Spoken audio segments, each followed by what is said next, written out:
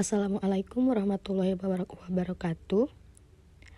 Selamat siang semuanya, selamat pagi semuanya, dan selamat sore semuanya. Oke, di sini saya akan memaparkan sedikit tentang proposal penelitian saya yang berjudul Strategi Komunikasi Pemasaran terhadap konsep pemasaran 4P melalui Instagram. Nah, sebelum ke materi, saya akan memperkenalkan diri saya terlebih dahulu. Halo semuanya, perkenalkan nama saya Dita Widya Ramadhani, NIM 22011434, Prodi Manajemen C, dan dari Institut Manajemen Wiata Indonesia. Oke, langsung saja kita ke materi. Nah, untuk selanjutnya adalah latar belakang masalah. Di sini untuk fenomena yang saya ambil itu adanya peningkatan teknologi harus memperhatikan strategi pemasaran yang cocok di masa kini. Nah, di masa yang sekarang karena begitu banyak peningkatan teknologi sehingga ada banyak sekali yang memudahkan kita untuk bertransaksi, bahkan sampai sekarang kita juga bisa belanja dari rumah istilahnya. Jadi kita harus memahami ini terlebih dahulu. Yang kedua itu ada media sosial. Kini dijadikan media promosi bisnis. Nah, selain dijadikan tempat berkomunikasi, bersosialisasi, kini media sosial dijadikan tempat bertransaksi secara daring, bahkan menjual produk kini lebih mudah dengan media sosial dan juga sangat menguntungkan bagi semua pihak, baik itu si penjual maupun pembeli.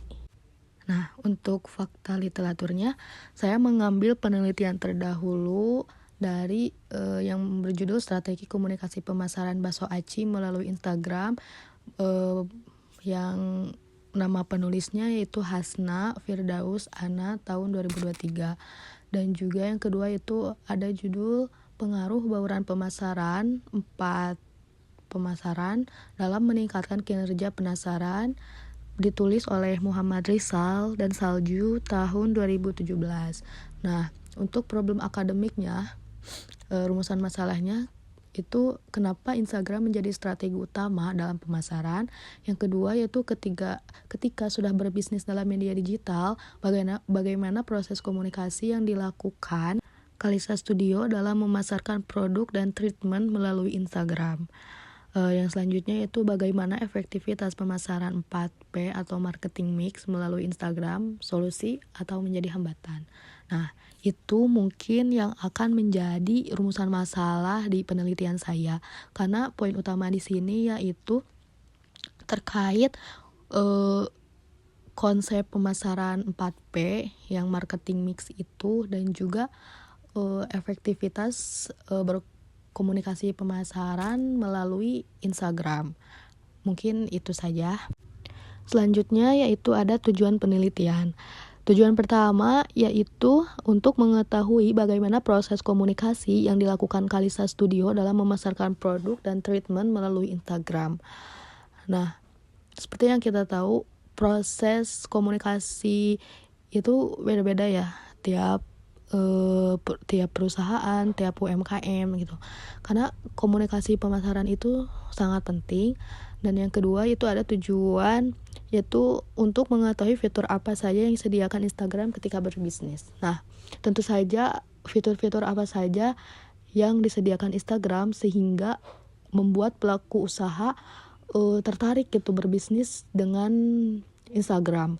Dan yang ketiga yaitu untuk mengetahui bagaimana efektivitas komunikasi pemasaran 4P yang dilakukan Kalista Studio dalam memasarkan produk atau treatment melalui Instagram. Nah, mungkin ini tujuan awal dalam penelitian ini ya, karena saya mengaitkan konsep komunikasi pemasaran itu dengan konsep pemasaran 4P dan juga efektivitasnya ke si perusahaan itu bagaimana dengan pemasaran 4P ini. Apakah menjadi solusi atau menjadi hambatan usaha ini untuk kedepannya gitu. Dan juga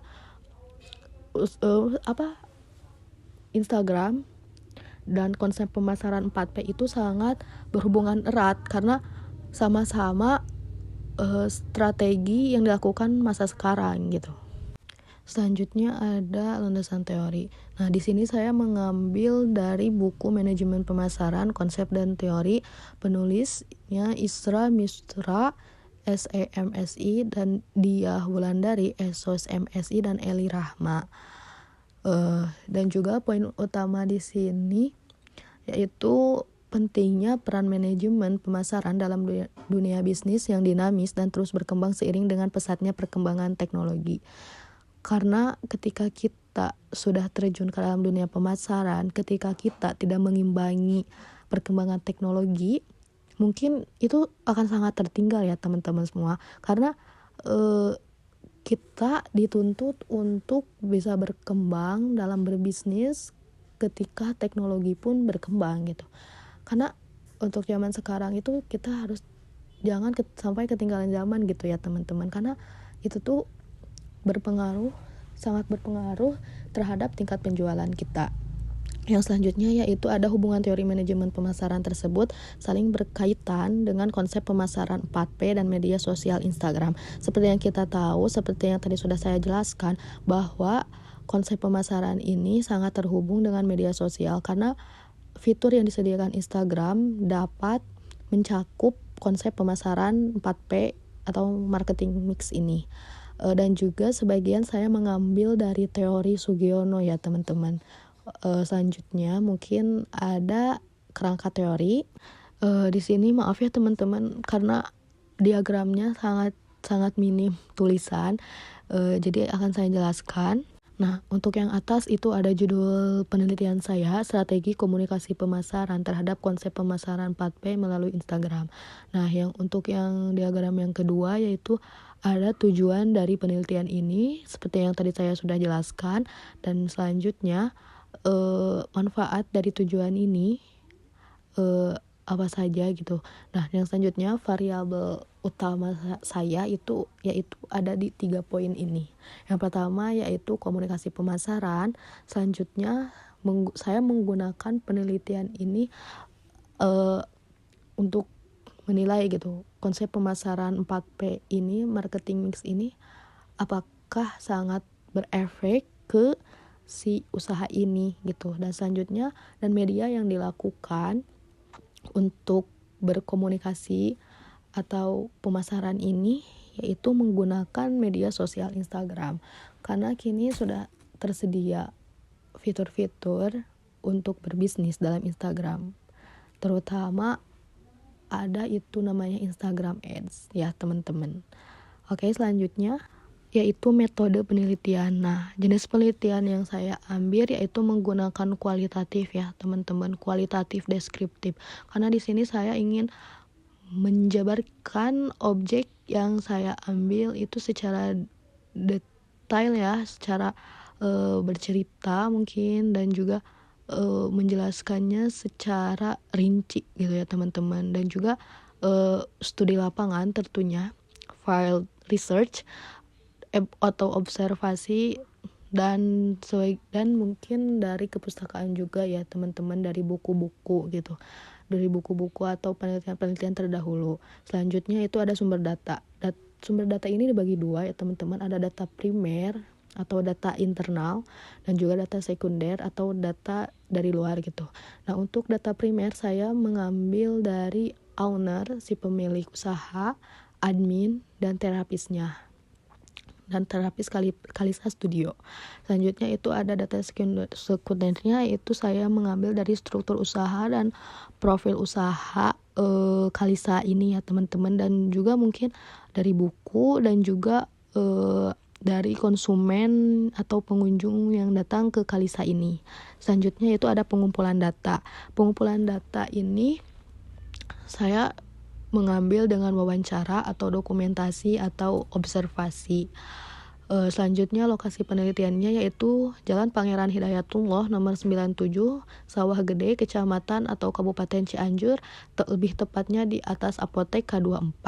Waktu penelitian tahun 2024 dan narasumbernya yaitu ada owner, admin, terapis Kalista Studio, dan juga beberapa pelanggan Kalisa 2 atau sampai 3 orang saat saya berkunjung mungkin itu. Nah, jadi itu saja yang dapat saya sampaikan. Di sini saya sampaikan secara singkat saja ya teman-teman, karena semoga saja penelitian yang saya ambil ini bisa saya ajukan dan juga disetujui oleh dosen pembimbing saya. Terima kasih ya teman-teman atas perhatiannya. Saya ucapkan terima kasih. Wassalamualaikum warahmatullahi wabarakatuh.